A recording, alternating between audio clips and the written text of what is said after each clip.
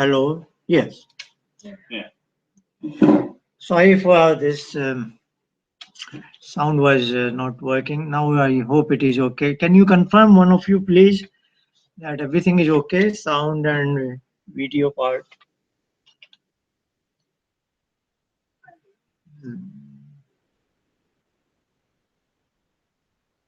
Is it okay, Hemant bhai?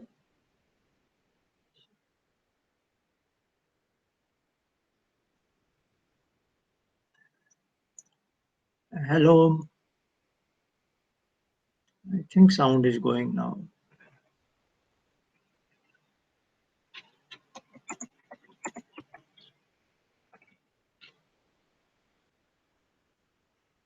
Thank you for confirming.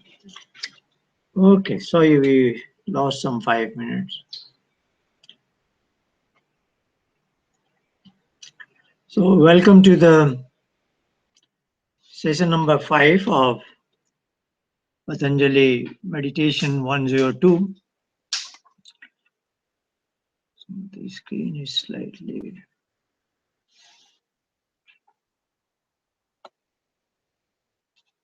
Okay. Yeah. Last time we were discussing the section on Sampajñat Samadhi, intuitive cognition, when a meditation practitioner is able to subdue the chitta from all kinds of modifications, yet in that blank mode something appears, which is not from the external world and nor from the inner world of mind. And this topic was covered in 1.17 to 22, 1.22. So today we want to move on to another topic, 1.23. I think this, as a recap, I can just go to my diagram. So what we discussed last time is a meditation practitioner has from Abhyas and Vairagya has practiced, so is able to get rid of those 5 types of modifications and progress to this side. And now what is appearing on his mind screen, chit, is intuitive cognition, which were of 4 kinds, related to a gross knowledge about pertaining to the gross bodies and knowledge pertaining to the subtle part of the matter, like we are discussing, the mind and all that. That is subtle. They are made of matter, but is a subtle components. And then he is able to see the chitta in its raw form. But since chitta is by default uh, rich in sattva, sattva is giving you a feeling of pleasure, happiness. So you feel good. This is, I can make a remark here. Indeed, our chitta is by default is rich in sattva. That's how it is designed. For example, a small child is always happy. That is his default state. The child, if child is unhappy, then there has to be a cause of it. Otherwise, in its default state, the child is usually smiling and happy. That is an indicator that our chitta is, to begin with, is rich in sattva. But of course, as we grow up, it is slightly disturbed and all that. But as a child, we were quite natural. And then there is a stage where the practitioner is seeing his own image in the chitta, and that is asmita samadhi. So these are sampajñat samadhi, and if we make further progress, then the next layer is called I was using the word Vivekhyati from Sankhya, but Patanjali uses the term asampajyat samadhi in uh, in 1.18. It's not quite that word, but sanskar shesho anya.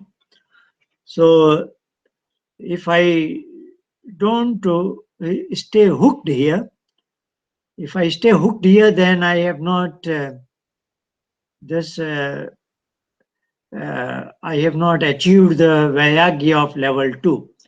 So, enunciation of level 2, if you remember, Tatpayam, that was Tatpayam Purush Khyate Gun Vaitishtin. That was 1.16.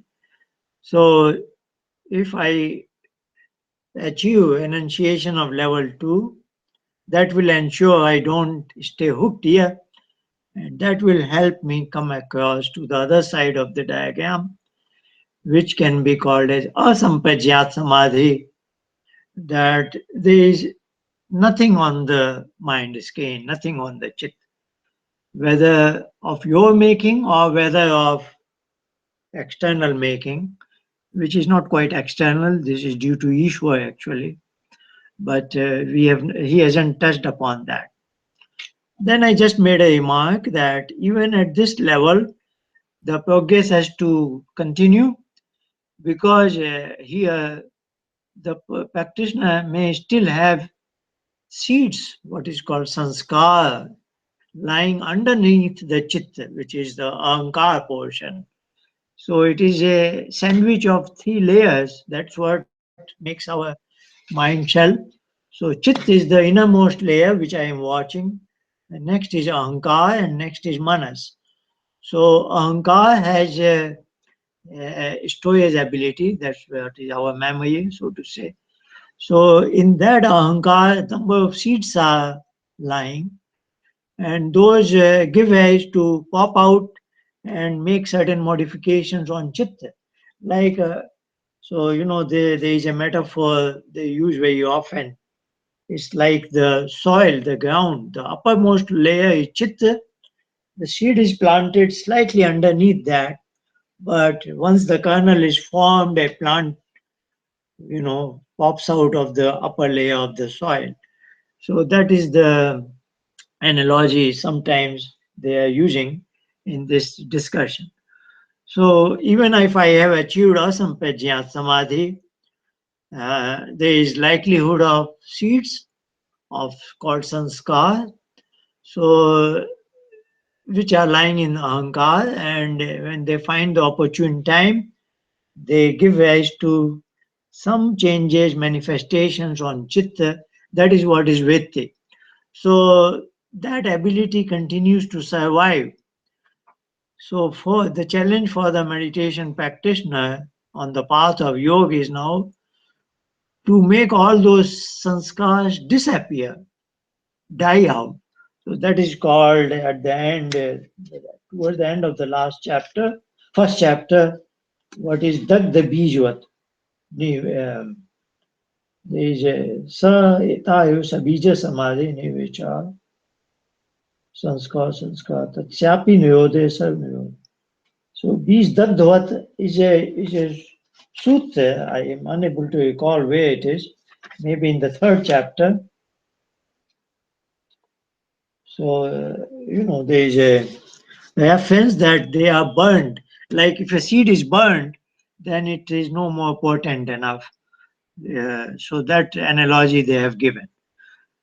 Of course, there can be a lengthy discussion on, this is all has to be tied up with the philosophy of law of karma. Because I have performed certain karma, so they have given age to those sanskar. So sanskar must give its phal, the fruits. Until then, I am not quite. So somebody could argue it that how can one burn the sanskar, because in this philosophy there is no forgiveness. So if you have performed a karma and that has given rise to a sanskar, then the next thing is karmashaya, and finally it gives rise to fruits of your karma, which is going to appear on your chitta. sukha, dukh. If it was a positive karma, it gives sukha, pleasure. Otherwise, negative, bad karma gives rise to pain. So all this has to be tied up. So, but I would say at that point, the argument will be made is that the as you are practicing meditation more and more, that itself is karma, and the reward of that karma is the previous sanskars are getting burned. So this is how the whole picture will be tied up. But anyway, let's move on now. So this was just using this diagram, whatever I could explain to you. So today is a new topic. It is related to, so the 1.23 is Ishwar Pranidhanadva. The topic which will go on, I will do up to 1.29 today. So from 23 to 29, 7 sutras in next uh, 20, 30 minutes or so. And then today, Kathy is going to demonstrate that 20-minute module. And so nice of her, she has practiced it at home with some guinea pigs. Some good human beings who allowed them. So they were truly the newcomers, and she has implemented some suggestions which came from them. She sent me an email in the morning, but today I was working offline on a Word document, so I haven't seen her email, but she is going to do it not based on the write-up which I sent yesterday, that plus what suggestions came from her. So that's what is our plan today. Let's move on. So 1.23 is Ishwar Pranidhana Dua. Wa is optional. So the flow of the situation is abhyas vayagyabhyam tan niyodha. So the vittis are there and they can be subdued by two-pronged approach of abhyas and vairagya. Here, with abhyas and vairagya, he has told us intuitive cognition will come, so on and so forth. He's saying the over and all that. And now he's saying there is another way to make progress, and that is Ishwar Pranidhanat. So Ishwar Pranidhan he is suggesting as a mechanism that will expedite the journey of a practitioner. And how to translate Ishwar Pranidhan is quite challenging. Ishwar, now in the next few statements, he will be defining what Ishwar is. But for tentatively, we can say, like in this my system as a human being, this is my tiny soul, which is the owner of this system, and I am reasonably free to for a number of functions in this system. So similarly, there is a entire universe is a huge system, and there is a infinite consciousness that does make all that is happening in the universe. That the clouds are roaming, the ocean waves, whatever is happening, the earth is moving around the sun. Infinite things are happening. If my hand is waving, then I will say I am doing it, my consciousness. But all other functions which are happening out of my system is due to that infinite consciousness. That is Ishwar. Now, just making a remark, maybe many of you have thought of it or have this question. This is the subtle talk about the domain, what we call pranic domain. Because in our meditation practice, we go from not jump from body to mind direct, we go from body to breathing, then to mind.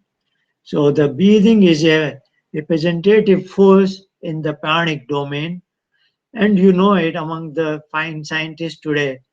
They are struggling to define consciousness, and they view consciousness as a state in our head, I will say, where they are looking at because it is comparatively easier to measure the EMFs, voltages in the brain circuits. So they are capturing that, and they are saying when the brain is in a functioning in a certain manner, then I am conscious. And the death is being defined as a brain death when brain is not functioning in a particular manner. So it is very, very difficult for a person like me who is taking a position based on the Patanjali Yoga and Kapil Sankhya, etc., to discuss with them, because the forces in the brain are actually pranic forces. Now, pranic force is very unusual in the sense this is my system, but my instruments of body and mind are functional because that Ishwar is is continuously sustaining the system so that the system is functional. I hope you understand it. What I am trying to say is my brain, my cardiac system, my respiratory system, all the activities that continue to take place when I am in deep sleep, they are the pranic activities, pranic functions. They are not caused by me, they are caused by Ishwar, that so as to enable me to use my body and mind. I hope I have tried to explain as much as possible.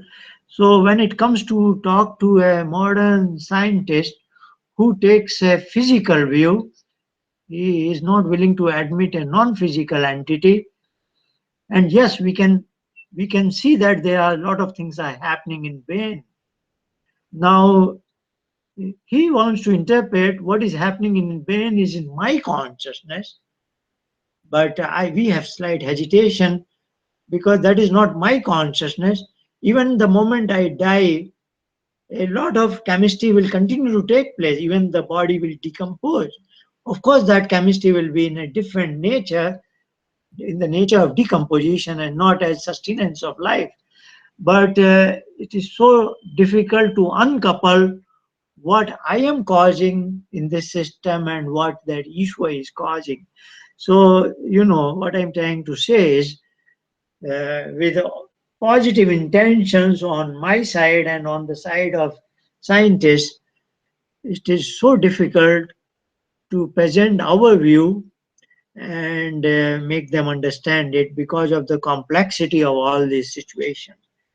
But just because we are getting into Ishwar, that infinite consciousness, who is the cause of all that is happening in the big system as well as in my own subsystem, because if he switches off my power, then I am collapsed, died.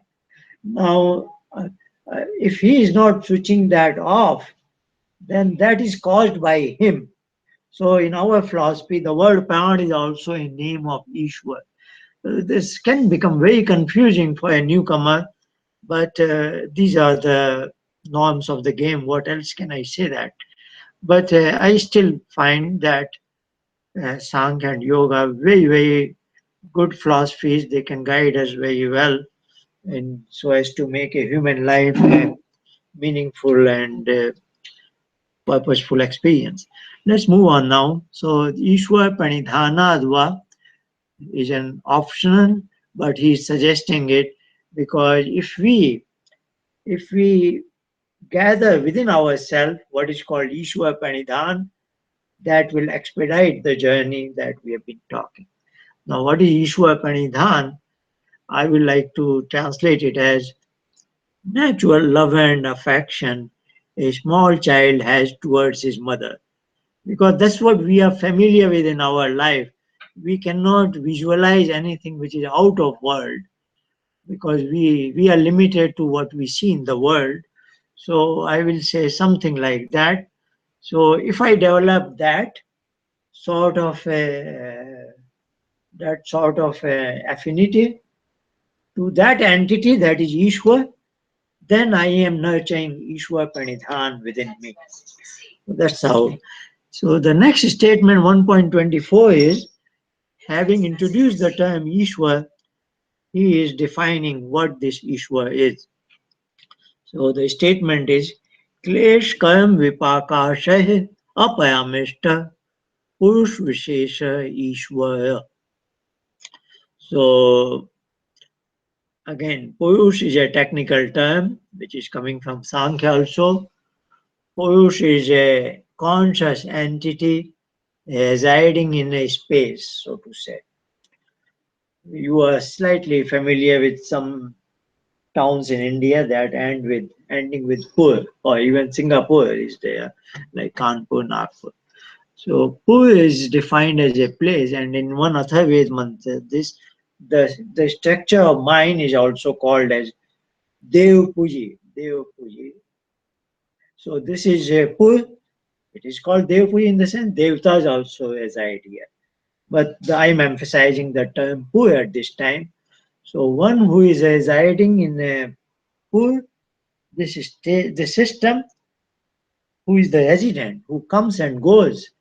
Like I entered into this body and then one day I will leave this body. So I am the Purush, that consciousness, my soul, what is it? That is a tiny soul. That is consciousness. So Purush is the term used for consciousness. Now this includes both kind of consciousness, that micro level we are, even animal, birds, insects, everybody has a tiny soul. And by that definition, there is a infinite soul which is residing in this infinite universe. So that is also a Purush. So he is saying Ishwar is a Purush Vishesh, is a unique Purush. So he's emphasizing he is a consciousness but different from ours. So that is the meaning of Purush Vishesha Ishwar. And how is he uniquely different? Because of these things. So Klesh we have discussed at length because of Panchvitya, Panchtaya, Klishta, Klishta in 1.5, where I was trying to say chapter 1 is on with about the human beings who are superior, where Chit is without Klesh, etc. I did say at that point of time that the fact Patanjali has postponed the term Klesh until second chapter, and I was saying the first chapter is for human minds without Klesh. So yes, Klesh term is coming here in first chapter in 1.24, but is again in a negative sense. What he's saying is Ishwar is without Klesh. If something is with Klesh, then he will feel the strong need to define what Klesh is. So again, he does mention Klesh here, but he doesn't talk what Klesh is. He is still postponing the discussion to chapter 2. So my remarks about Klist, Aklist, and Klesh continue to remain valid. So now let's look at his order. So he's just emphasizing how Ishwa is different from us. We can hold on some element of Klesh, which is ignorance, and due to ignorance, we perform an action, generally that is called as karma. And when a karma is performed, it gets ripened into a sanskar. So that Sanskrit term is vipak, which literally means ripening. The food is cooked, so cooking part is ripening. So that is vipak. And once it is the ripened fruits, it gives rise to the seeds. A ripened fruit has a seed within it that is called ashaya. So we, as a normal human being, is inflicted with clash, and I go after certain temptations and perform a karma, and that karma gives rise to its impatience, and because of that repeated impatience, I tend to do that more. Say, first time I smoke a cigarette, it is a very conscious decision. But if I am smoking again, now 5 years later, I I am just talking to somebody, doing something, and my hands goes in pocket, and I just light a cigarette. So that is almost happening by what we have called as lower order of mind. So under the influence of that sanskar, it has become automated. So I feel slight uneasiness and I start smoking a cigarette, isn't it? So that kind of a chain a human being is likely to go through, but that sort of a thing is aparamishta, means he is untouched by any such things. That is Purush Vishesh, who is a unique soul, is different. Now, some further characteristics are being explained to us. Now, they are that was more in the karma direction. Now, this is in the knowledge direction. So, Tattva 1.25, Tattva means therein, we are talking about Ishwar, Niratishayam Sarvajyatva Bijam. So, this is our usual problem when talking about Ishwar, whether it should be it or he or she. So, but of course, you know it. He or she is born with the body domain, so we are free to choose any term. Since I use the mother-child analogy very much, I just have chosen she, no problem. So, Sarvajya is the English translation is omniscient, but then he is or she is Sarvajyatva Bijam. So, this needs slight amplification. Let's say, as a human being, I gather knowledge. So what is a knowledge? Knowledge is to know a thing as it is. So I come across a thing, some wood or plastic or all kinds of things in the world, and I gain some knowledge about that thing. So I have gained knowledge about the particular thing. And somebody can say, I have knowledge about all the things in the world, so I am now all-knowing person, isn't it? Theoretically, hypothetical, which is not going to be possible for any human being ever to come to that stage. But even if there were a person to come to that level of knowledge acquisition, then we say that person has become a Sarvajya. Now, what Patanjali is saying is, Ishwar is Sarvajya, but his Sarvajya is of different kind. He has the seed of the Sarvajya, mean because he is the maker of the universe. Even if universe didn't exist, the sun and the earth and all that, she had the knowledge of all that, and that's how she could create this whole universe as it is. So the knowledge is of two kinds. One is like somebody had a knowledge of this computer, and that person has built the computer. The knowledge one is his mind, and he has created the computer. So, but for me, I am not the creator of the computer. I am now gaining the knowledge about the computer. So one who built the computer has a superior knowledge than I have, because his knowledge before to exist, isn't it? Because he has the knowledge in his mind. So just in that same manner, if you extrapolate, Ishwar has the knowledge of all that exists. So he has all the knowledge of the universe, and that he has in the seed form, that she could create the universe out of that knowledge. So it's not that she is learning about the knowledge, she is learning about the universe into being. So the knowledge is first, and that's why she is able to create accordingly. Those who are familiar with I Samaj and 10 principles of I Samaj, maybe I can point out our first principle is in original Hindi, it is सब सत्य विद्या और जो पदार्थ विद्या से जाने जाते हैं उन सबका आदि मूल परमेश्वर है. Now what the I Samaj founder Maharishi Dayanand is saying, all the true knowledge are due to that Parmeshwar, that Ishwar. So his one part of the statement is the translation of this Patanjali Sutra, that Ishwar is the repository of the knowledge, and then comes the universe. It's not the universe comes first. So she is omniscient with its seeds, and then Niyatishayam means it is unequaled and unsurpassed. So her level of knowledge, any human being can never get to that level and can never exceed that. So this is about the knowledge content of Ishwar. And then he makes one more point, 1.26. So Puvesham api Guru Kalenan Vachedat. Now what this is the knowledge transmission he is talking about, Patanjali is talking about. Typically, I learn from my teacher and my teacher learned from his teacher, because in human society, we generally pick up knowledge from others. Now he is highlighting that if this chain were to go, it has to end with Ishwar.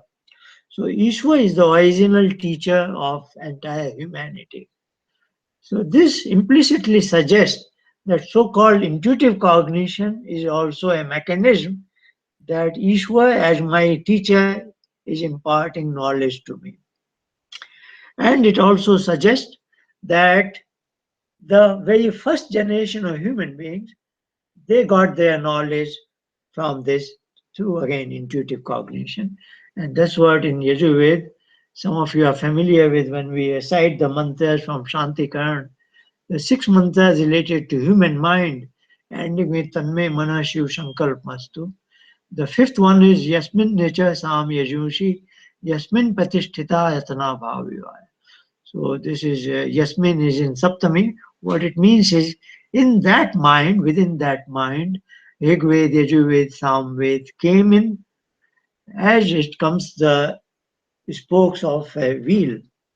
So from because Ishwara is everywhere, so as if my mind, when I am in deep in meditation, is at the center, and his knowledge is coming in through my as intuitive cognition. So that's what he is indicating, that since she is the all-knowing, which has been described in 1.25, she is the original teacher of all of us, if not direct, indirectly. Now there is a very interesting term, Kalenan Vachedat. This is interesting term here because he has used the term, Patanjali has used the term Purvesham. Pur means before, earlier. So in the day-to-day language, when we say before or after, this is timeline, isn't it? Only in the timeline we say 10 years ago this happened or 1,000 years ago that happened. So what he's saying according to the timeline, that gives an idea that timeline has a beginning somewhere. And of course, for the layperson, the earth came into being at certain time, maybe 2 billion years, whatever it is. So at that time, after some time when earth was cooled enough, whatever happened, somehow human beings appeared. And that first generation of human beings, due to intuitive cognition, they got this knowledge. So it gives an idea that the knowledge also has a time-like behavior, isn't it? That's how it began. So he's negating that as far as the knowledge of Ishwar is concerned, that is eternal. That because the timeline for us has a beginning and end. And before the universe came into being, everything was frozen. There is nothing like time there. So time for us is very relevant because that's how it functions. When we are in the world, there is a parameter of time because Earth is spinning and going around. So a lot of dynamic things are happening. And basically, time is a sense of dynamism, movement. If nothing is moving, indeed, we have an idea in our dreamless sleep. When there is nothing happening, then we lose the sense of time. We are approaching almost like timelessness. So what Patanjali is this term, Kalenan Vachedat, is trying to say is, yes, Purvesham api is valid, but then the term of Purvesham api, the first one, has no meaning because basically the history is very different. That this is the Brahm, then this is creation. Prior to that, everything is in the dissolved state. When nothing is moving, there is no time then. So if there is no time, What is the meaning of Purve Shamapi? So he's emphasizing that part, that Paramatma's knowledge, that Ishwar's knowledge is same, is eternal, and there is a situation when time itself doesn't exist. Samvatsayo ajayate. That is also in our Sandhya, Samudradarnavadati. When there is a Samudra of Arnav, that is our Sanjayji's son's name. So that Arnav is just, there is a infinite ocean when nothing is happening. Then he initiates, the Ishwar initiates something. So Samudradarnavadati Samvatsayo ajayate. Time takes birth. So time also takes birth in this philosophy. And when time doesn't exist, but Ishwar exists and he continues to have his knowledge, that is what is the meaning of Kalinan Vacheda. These are difficult concepts, but I don't want to say that I know them fully, but I hope I am able to convey to it. Now that Ishwar, whose karma have been described, whose knowledge has been described in last three sutras, now for us, for the point of view of Ishwar Pranidhan, we should get to know this Ishwar as well as possible and how to perform Ishwar Pranidhan. From that point of view, he is telling us that Ishwar is known by a term called Pranav. Tasya Vachaka Pranava. Like my mother is known by the term mom, something like that. So if a child, I will say your mom is like this and this, she has these characteristics, and you should love your mom, something like that.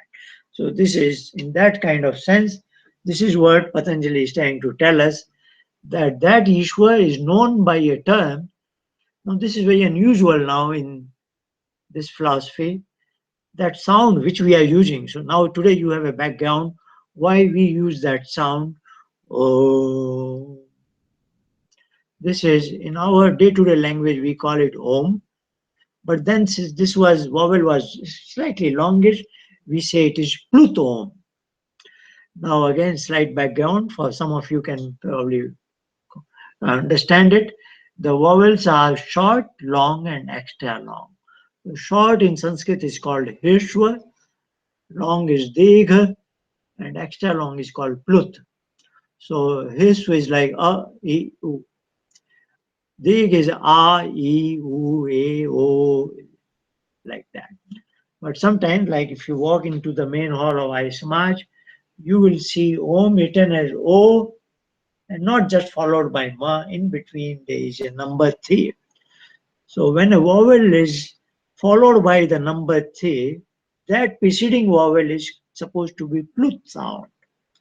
So when we write O followed by Thi and Ma, which I wish I could show you here, but I am not prepared enough. But so that vowel is Plut sound. So it will take long, but not that long as many people do it. Many people you have make this sound as unending. Oh, as if there is a long competition. But that is wrong way. It is Plut sound, not to exceed more than 3 seconds. So, that's it. And it is so natural when you want to call somebody, it happens by itself. I like to give an example of Indian railway stations. The chai wala there who is selling his tea, he will, when he's talking to a customer, he will say chai. But when he is, he wants to sell his tea to all the passengers, he will say chai. So this automatically becomes a Plut sound. So this is a very practical, because language is very day-to-day practical science. So Om is a Plut sound. So that is why in my class I try to say typical Om is O is originating from the throat, Om. But in the Pranav Dhwani, it is to originate from the navel area, then it automatically will become Om. Now this is a sound, but in this whole jargon, rich philosophy of Sanskrit language, this is not treated as a word. Very unusual thing. Now, this sound is known by the word pranav. So, pranav is the name of this sound. That is unusual. And of course, there is another name of this sound, which is in Upanishad, that is called Udgit. So, that is in Samgan. We are not touching that part. So, this statement of Patanjali's 1.27 is that Ishvara is known by the sound, namely Om. And the sound has the name Pranav. And now he's saying how to do Ishwar Pranidhan. That is 128. The recitation of the sound with this meaning of Ishwar contemplated. So usually there is a thing. A thing is known by a word that is called pad in Sanskrit. And pad has a meaning, namely earth. And then that that thing in its raw sense is the earth bhav. I hope I capture the meaning. Let me give you, I think that's the way I did last fall. A word like mother. Now, this is a word, mother. This has a meaning. If you open a dictionary, a female human being or animal, whatever, who gives birth to a child and then nurses with her milk, this and that. That is mother. That is dictionary meaning. Now, suppose you have there is a small baby, few months old, 6 months, 8 months. That baby doesn't know the word mother, doesn't know the dictionary meaning of the mother, but that child knows what is the real meaning of the mother. That is Artha Bhav, isn't it? So that deep meaning, deep sense of that, what that term means is not Arth, it is Artha Bhavanam. So that's what Patanjali is saying. Like when a child cries, mom, there is a deep feeling, a small child. So when I say, oh, what Patanjali says, again here there is confusion. Typically, because of this jap word is also in day-to-day use. So, we have a lot of confusion because a lot of terms are used in day-to-day language. So I have a hard time in explaining that jap here is not making the sound. So indeed, you are familiar with our instruction. When we about to get into meditation, we make this sound, but then sometimes I try to say, let this sound become with a diminishing volume because we don't want to make it just as an oral sound because we are guided by this statement of Patanjali where the jap is ideally ought to be artha bhavanam. I want to make my mind traverse through that feeling what a child would have when a child is hugging his mother. Then the word mom has disappeared. The child is saying nothing. Now the child is just immersed, submerged, lost into a feeling, isn't it? Because he is close to the support. His mother is the anchor point where he feels I am fully protected. Nobody can do any harm. That's the feeling of the child. So that feeling, if I generate, then I am doing the jap. So jap is not if the sound is coming out, maybe at the starting point that is allowed, but finally you are making use of this sound. This sound refers to an entity, and that is the sound and the meaning of the sound. You have to go feel the depth of that meaning. That is what he's calling as jap. I hope I have. It is very difficult to capture what Patanjali actually is trying to say, and then also to communicate to others. So that was experiential versus symbolic. Yeah. just a minute. There is a question here or comment. No, I was just saying the sound is like a symbol, Yeah. while the feeling is it's experiential. Yeah. It's experience. Yeah. It's within. Yeah. I think that's a good word. Versus The word without. feeling, I will can be better. Yeah.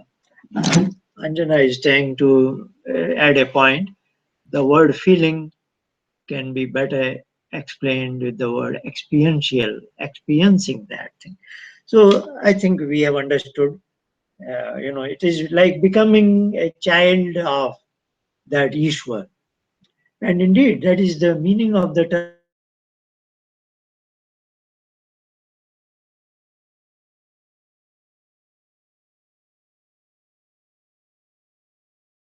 So who can extend as if I am child of that? Like as a small child, I was child of my mother. Now I am becoming mature or my spiritual stature is rising. And now I can relate as if I am the child of that Ishwar. All these are interconnected issues. But yes, so we have to experience that feeling, which is very difficult to describe. Even, we are aware of in our day-to-day languages, at the end of the day, any feeling, we describe it in words, but finally we have to raise our hands because we have our limitation. Now he is giving a what will be the consequence of that in 1.29 tata. Tata means out of that. If Ishwar Pranidhan has been mastered, then what will happen?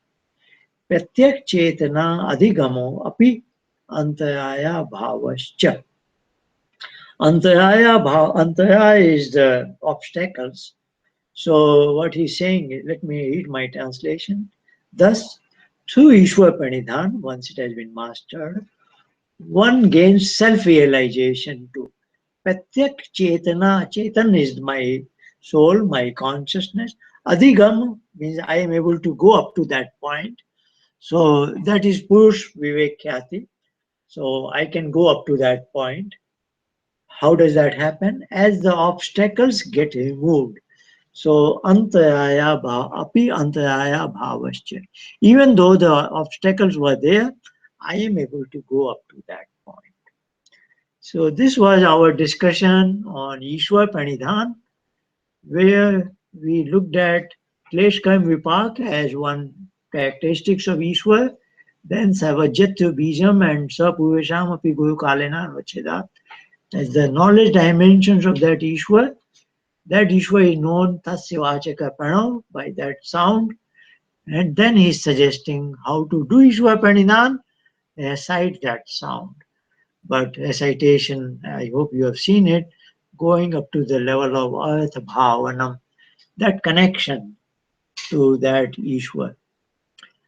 And now he's saying this will expedite your journey up to the Vivek Khyati, self realization, and even get you are able to jump over the obstacles. Now the discussion is about those obstacles. So I will not go, but still I have quoted here 1.30. 1.30 is what are those obstacles, which is ending with antaraya. So there is a sequence, very interesting. And here there is word bhumi is there. So that is the soil which I used today when I was talking about seed and all that. So vyadhi, styan, sansay, pramada, alasya, avyati, bhanti, darshana, labdha, bhumikatvani, uh, avasthitvani, chitta vikshep. They call all kinds of modifications in my chitta, agitation in my mind. These are the disturbances, these are the obstacles. So the discussion goes on. But as I told you in the morning, in the early part of the course, chapter 1, we will be ending at this point. So today we end chapter 1 at 1.29, so that next time we start with the second chapter, which is called as Sadhana Path, which is for people like all of us. So that is going to be more relevant. But today I hope you have seen it. Certain things we have borrowed from what Patanjali is saying, like Tajapastadas Bhavanam, Tasyavachaka Pranav. So these are some of the concepts we have already borrowed and we are using in our day-to-day meditation practice. And as I had said, today we are having that 20 minutes demonstration thing from Kathy, and she has made slight modifications. Let's look at that.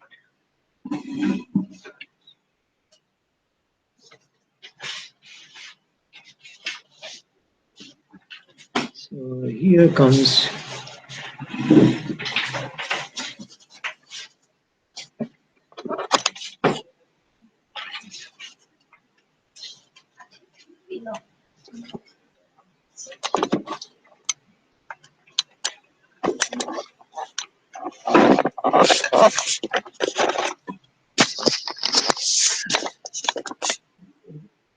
you just let me know when I should sit in advance of 20 minutes.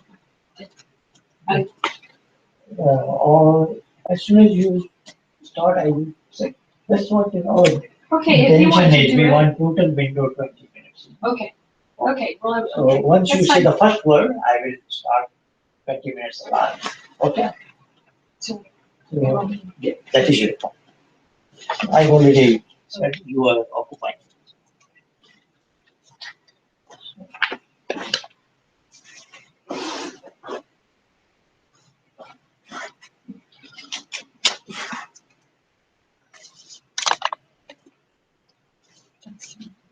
I'm nervous. If we switch off the light, she will not be visible to webinar people. leave it be. It's okay, we'll close our eyes. No.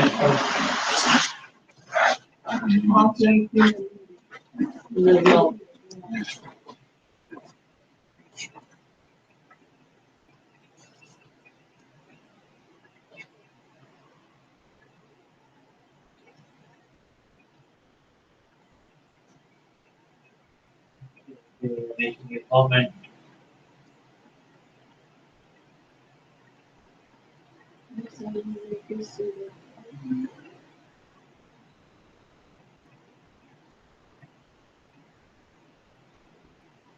Kathy, we can begin. Okay. First of all, I ask you to give me your undivided attention for the next 20 minutes as we start to work through this practice. I ask you also to hold any questions until after the practice, and I'll allow time afterwards for any of those questions. Okay. Simply now just follow the instructions that I gave you. The goal here is for the mind to become still and blank, void of thoughts. We will now practice we'll now practice disconnecting from the outer world and from the world of the mind and entering into the inner world. To achieve this state, Patanjali suggests learning to control or to discipline the body and the mind. In this way, we will remove the distractions of the world and enter into the meditation state. Okay. So if you look at me, and then I'll give you the demonstrations. First of all, disciplining or learning to control the body.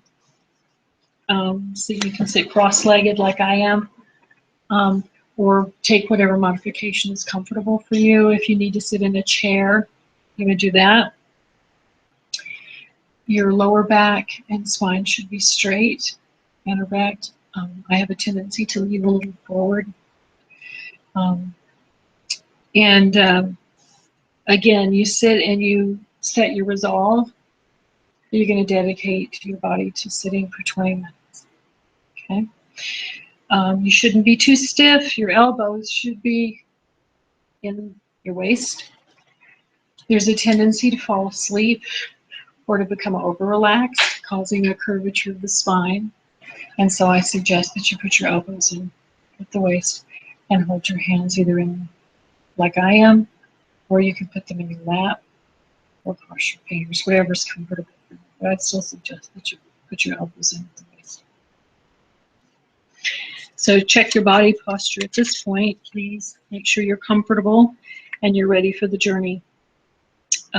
If the body tries to gain your attention, remind it that it's promised to dedicate itself to the next 20 minutes, because it will. The itch will come, or the hair will fall, and things will happen, and we're just going to remind it that it's okay. We're safe and sound. Now we'll proceed to the breathing portion. You will use abdominal breathing. Okay, if you want to place your hand here, it is done in a 4 cycle or 4 phases. All right. When I'm in the practice, I won't be counting, but I'm going to demonstrate it for you now. First of all, you'll breathe out. Okay, totally breathing out. Pulling in your abdominal muscles. You'll hold it. And then breathe. I'm sorry. And then you'll breathe in.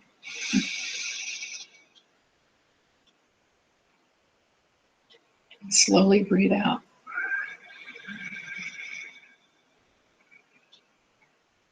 Pulling the muscles all the way back in.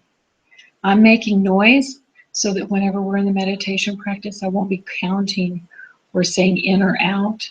I'll be simply giving those signals through the noise that I'm making. You'll stay silent, okay, and breathe quietly so that other people can hear me. So if you'd like to try that, just breathe out.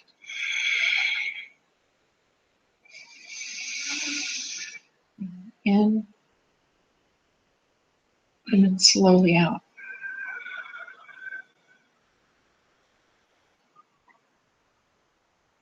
I do it for a 2 to 1 count, twice as long out as we in.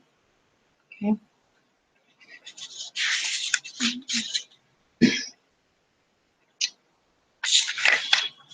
Sorry. Okay. At that point, once we'll do that for about 5 or 6 breaths, please look at up here. After about 5 or 6 breaths, then we'll switch to the stage where you give it a code word. You give your mind a code word, and the code word we'll use is Om. We will repeat that about 5 times. Your breathing will relax at that point, but you'll find that you've entered a rhythm. Okay? It'll be a little faster. You won't be holding it as long, but we'll stay with that same rhythm, and then we'll do the word Om. And how you do that is simply by opening your mouth gently and naturally, far enough to be able to utter a sound. You want to open your lips, form the sound, and then make the word Om. And I'll demonstrate for you. I'll make a breath like we're going to do, and then I'll enter into an Om. So I would take my breath, I would go out.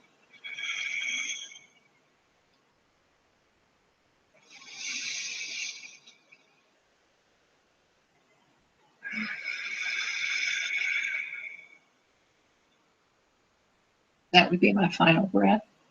And I would breathe back in.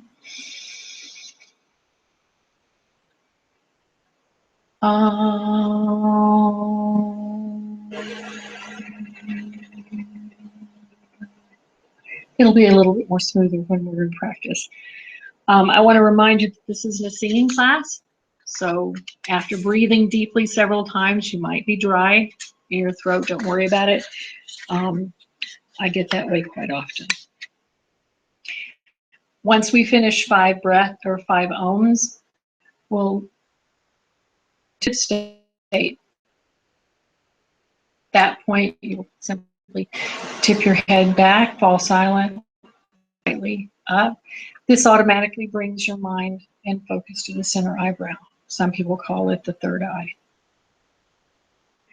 Also, it helps to focus your eyes there and try and keep them still as well. And then you will simply enter into a deep state and try and reach that light mind state. If a thought wave comes across your mind, you can re-enter a silent Om in your mind. to remind your mind that you're supposed to be in deep thought or into deep meditation. If it persists, you can take a deep breath and then mentally give it a nod. Thought waves will come across. It's natural. That's why they call it practice. When the timer goes off, relax. I suggest that you slowly come out of it. Don't rush. Open your eyes and start moving around. Your body's been working for you. Your mind's been shut down. Rubbing the eyes, gently coming out of it. And then I also suggest that you tell your body and mind, thank you for giving you this time to practice. So now we'll go ahead and meditate. Just to recap, we're first going to adjust our body, make sure we're comfortable, then we'll do our breaths, then we'll recite our ohms, and then we'll focus on the midpoint and go into deep state.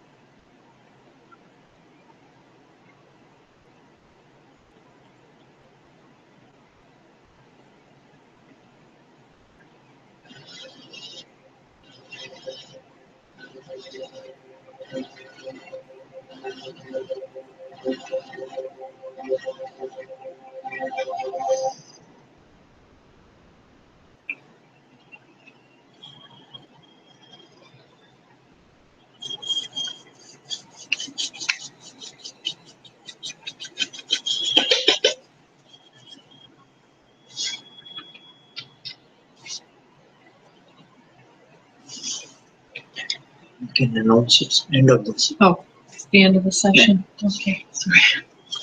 It was my fault. We have exceeded the time. See you next week.